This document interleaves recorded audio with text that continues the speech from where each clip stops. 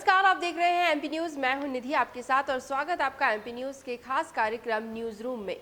News room की शुरुआत करेंगे कोविड-19 की अपडेट्स के साथ। मध्य प्रदेश की जहां तक बात है तो एक्टिव मरीजों के मामले में मध्य प्रदेश भारत में 16वें स्थान पर पहुंच गया है। और अगर पॉजिटिव कुल मरीजों की संख्या बात करें, कुल संक्रमितों के आंकड़े की बात करें तो उस लिहाज से मध्य प्रदेश का स्थान भारत में 15वां बना हुआ है। सोमवार देर शाम जारी कोरोना रिपोर्ट में 930 नए केसेस प्रदेश में देखने को मिले। कुल संक्रमितों का आंकड़ा 46,385 तक पहुंच गया है। एक्टिव केसेस फिलहाल मध्य प्रदेश में 10,232 बने हुए हैं। वहीं कुल मौत का आंकड़ा 1,128 तक पहुंच गया है। अलग अलग शहरों की जिलों की बात करें तो राजधानी भोपाल में सोमवार को 130 नए प्रकरण सामने आए और 4 मरीजों की मौत हुई है। एक्टिव केसेस फिलहाल 1400 के तकरीबन बने हुए हैं भोपाल में। इसी तरह इंदौर में 142 नए पॉजिटिव पाए गए। कुल आंकड़ा 10,191 तक पहुंच चुका है। कुल मौत का आंकड़ा इंदौर शहर का 345 हो चुका है।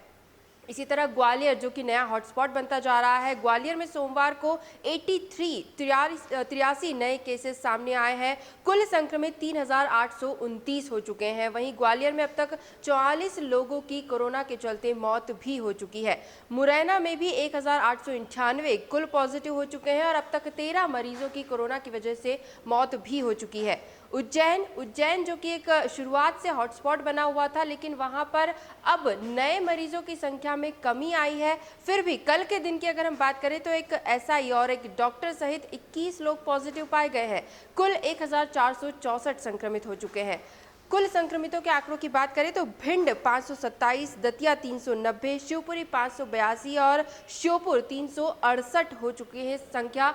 तो ग्वालियर चंबल संभाग जो है, ग्वालियर चंबल के जो जिले हैं, इलाके हैं, वहां से भी अब बड़ी संख्या में मरीज लगातार सामने आ रहे हैं और इसी के साथ मध्य प्रदेश में 46,000 को पार कर चुका है कुल संक्रमितों का आंकड़ा। अन्य खबरों की तरफ रुख करेंगे। अगली अपडेट आपको बता दें, प्रदेश में युवाओं के रोजगार पर फोकस करते हुए शिवराज सरकार ने एक बड़ा फैसला लिया है। इस फैसले के तहत मध्य प्रदेश में सरकारी नौकरियां अब प्रदेश के नौजवानों को ही दी जाएगी। यानी जो मध्य प्रदेश का है उसी को मध्य प्रदेश में सरकारी नौकरी मिल सकेगी। इस संबंध में जल्द ही कानून भी बनाया जाएगा। मुख्यमंत्री शिवराज सिंह चौहान ने वीडियो कॉन्फ्रेंसिंग करते हुए कहा कि मध्य प्रदेश में सरकारी नौकरियां अब मध्य प्रदेश के बच्चों के लिए ही होगी। यानी मध्य प्रदेश के संसाधन सिर्फ मध्य प्रदेश के बच्चों को ही मुहैया कराए जाएंगे। आपको बता दें कि पहले भी स्वतंत्रता दिवस समारोह के दौरान सीएम ने इस बात के संकेत दिए थे कि प्रदेश में युवाओं को सरकारी नौकरियों में प्राथमिकता दी जाएगी। यानी वे युवा जो मध्य प्रदेश के रहवासी हैं उन्हें सरकारी नौकरियों में प्राथमिकता दी जाएगी। रोजगार के अधिक से अधिक अवसर सृजित किए जाएंगे और शासकीय भर्तियों के लिए एक अभियान चलाया जाएगा और इसी के साथ निजी क्षेत्रों में भी ज्यादा से ज्यादा रोजगार उपलब्ध कराए जाने की कोशिश की जाएगी। इसके अलावा सीएम ने सिंगल सिटीजन डेटाबेस तैयार करने को लेकर भी निर्देश जारी किए हैं। इसके बन जाने से नागरिकों को अलग अलग योजनाओं के लिए अलग अलग पोर्टल पर रजिस्ट्रेशन नहीं कराना होगा और काफी सुविधा हो जाएगी। तो ये एक बड़ी अपडेट है कि अब मध्य प्रदेश में सरकारी नौकरी मध्य प्रदेश के युवाओं को, मध्य प्रदेश के बच्चों को ही दी जाएगी। आगे बढ़ते हैं। कल के दिन की अगर हम बात करें तो मिशन मालवा के तहत इंदौर उज्जैन दौरे पर आए ज्योतिरादित्य सिंधिया का तूफानी दौरा दिन भर सुर्खियों में बना रहा। राज्यसभा सांसद बनने के बाद ज्योतिरादित्य सिंधिया पहली बार इंदौर आए और यहां उनका भव्य स्वागत किया गया। इसके बाद सिंधिया मीडिया से रूबरू हुए और उन्होंने कई मुद्दों पर अपनी बात सामने रखी। उनमें से कुछ खास अपडेट हम आपको बताते हैं। सिंधिया ने कहा कि 15 महीनों की कांग्रेस सरकार में जो भ्रष्टाचार और वादा खिलाफी मैंने देखी, ऐसी स्थिति राजनीतिक जीवन में पहले कभी देखने को नहीं मिली। इसीलिए हमारे साथियों ने ऐतिहासिक निर्णय लेते हुए दोगली सरकार के खिलाफ इस्तीफा दिया। मैंने और साथियों ने नरेंद्र मोदी के नेतृत्व में भाजपा की सदस्यता ली। भारत का विकास, देश की एकता, अखंडता नरेंद्र मोदी, अमित शाह और जेपी नड्डा के नेतृत्व में सुरक्षित है, सुनिश्चित है। यानी एक तरह से वे केंद्रीय नेतृत्व की तारीफ करते नजर आए। इसके अलावा सिंधिया ने कांग्रेस पर भी निशाना साधा। वे यहाँ नहीं चूके और उन्होंने कहा कि पूर्व की कमलनाथ सरकार में मैंने बार बार जनता की आवाज को उठाया लेकिन कोई सुनवाई नहीं हुई मेरी। आने वाले उपचुनाव में जनता उन्हें सबक जरूर सिखाएगी। कुर्सी जाने की वजह से कांग्रेस छटपटा रही है। कांग्रेस में काबिलियत की कद्र नहीं है। इस तरह से इन शब्दों के जरिए कांग्रेस पर निशाना साधा ज्योतिरादित्य सिंधिया ने। दूसरी तरफ लाइट मोड पर अगर हम देखें तो सिंधिया का क्रिकेट प्रेम जो है वो हर कोई जानता है, उससे हर कोई वाकिफ है और यही वजह है कि महेंद्र सिंह धोनी के संन्यास को लेकर भी सिंधिया भावुक हो गए और उन्होंने कहा कि धोनी ने भारत का झंडा अंतर्राष्ट्रीय पटल पर फहराया है, देश उनका ऋणी है, उनका जो योगदान रहा है उसके लिए भारतीय क्रिकेट सदैव ऋणी रहेगा। उज्जैन पहुंचे ज्योतिरादित्य सिंधिया ने पालकी के सामने बैठकर सिंधिया घराने की सालों से चली आ रही परंपरा का निर्वहन किया और फिर बाबा महाकाल की पूजा अर्चना की। कुल मिलाकर अगर देखें दिन भर जो इंदौर उज्जैन दौरा रहा ज्योतिरादित्य सिंधिया का, वैसे इसके दौरान उन्होंने भाजपा के कई वरिष्ठ नेताओं से मेल मुलाकात की जो आने वाले उपचुनाव के लिहाज से काफ़ी अहम माना जा रहा है और इसी को लेकर कई तरह की चर्चाएं, कई तरह की अटकलें भी लगाई जा रही है। तो मिशन मालवा को लेकर इंदौर उज्जैन पहुंचे ज्योतिरादित्य सिंधिया का ये दौरा कई राजनीतिक हलचलें भी दे गया है।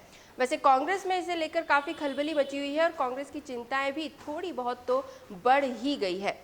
अगली अपडेट की तरफ बढ़ते हैं। वचन पत्र में किए गए वादे के अनुसार कमलनाथ सरकार ने सत्ता में आते ही मुख्यमंत्री कन्या निकाय योजना के अंतर्गत मिलने वाली राशि 28,000 से बढ़ाकर 51,000 रुपए कर दी थी। लेकिन अब जबकि शिवराज सरकार की सत्ता में वापसी हो चुकी है तो शिवराज सरकार ने इस फैसले को पलट दिया है।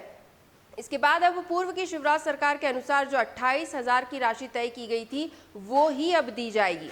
इसके अलावा छत्तीसगढ़ में गोबर खरीदी की गौधन योजना को भी मध्य प्रदेश सरकार प्रदेश में लागू कर सकती है। पशुपालन मंत्री प्रेम सिंह पटेल ने इस बात के संकेत दिए और कहा कि छत्तीसगढ़ सरकार की इस योजना का अध्ययन किया जाएगा और अगर ये योजना अच्छी तरह चलती है तो मध्य प्रदेश में भी इसे लागू किया जाएगा।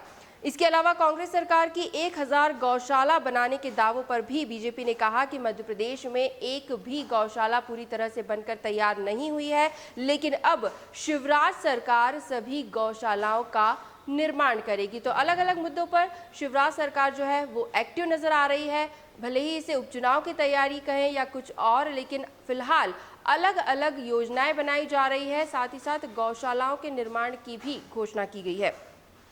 अगली अपडेट, मध्य प्रदेश का परिवहन विभाग जल्द ही यातायात पुलिस और नापतौल विभाग के साथ मिलकर एक विशेष अभियान चलाने जा रहा है।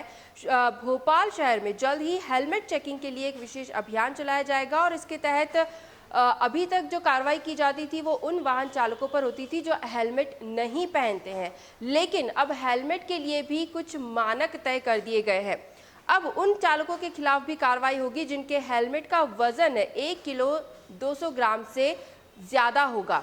1 किलो 200 ग्राम ये मानक तय कर दिया गया है। यदि वजन ज्यादा पाया जाता है तो मोटर व्हीकल एक्ट के तहत चालक पर 1000 रुपए का जुर्माना किया जाएगा। परिवहन विभाग जल्द ही पूरी गाइडलाइन तैयार कर प्रदेश में इस नियम को लागू करने वाला है और केंद्रीय सड़क परिवहन निगम मंत्रालय ने मानक तय कर दिए हैं और अब प्रदेश में परिवहन विभाग, ट्रैफिक पुलिस और नापतौल विभाग की संयुक्त टीम हेलमेट की वजन के हिसाब से कार्रवाई करने वाली है।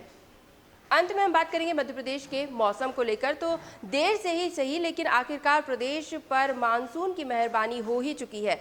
मध्य प्रदेश के जबलपुर की बात करें, यहाँ पर बारिश ने लोगों की परेशानी काफी बढ़ा दी है। रविवार रात से शुरू हुई तेज बारिश सोमवार को भी जारी रही और इसी के चलते जबलपुर के कई क्षेत्र तालाब में तब्दील हो चुके हैं। जगह जगह जलभराव से लोग परेशान हुए, लेकिन प्रशासन की तत्काल कार्रवाई से लोगों तक मदद भी पहुंची है, कई लोगों को बचाया भी गया है, लेकिन जल जमाव की स्थिति फिलहाल जबलपुर में बनी हुई है।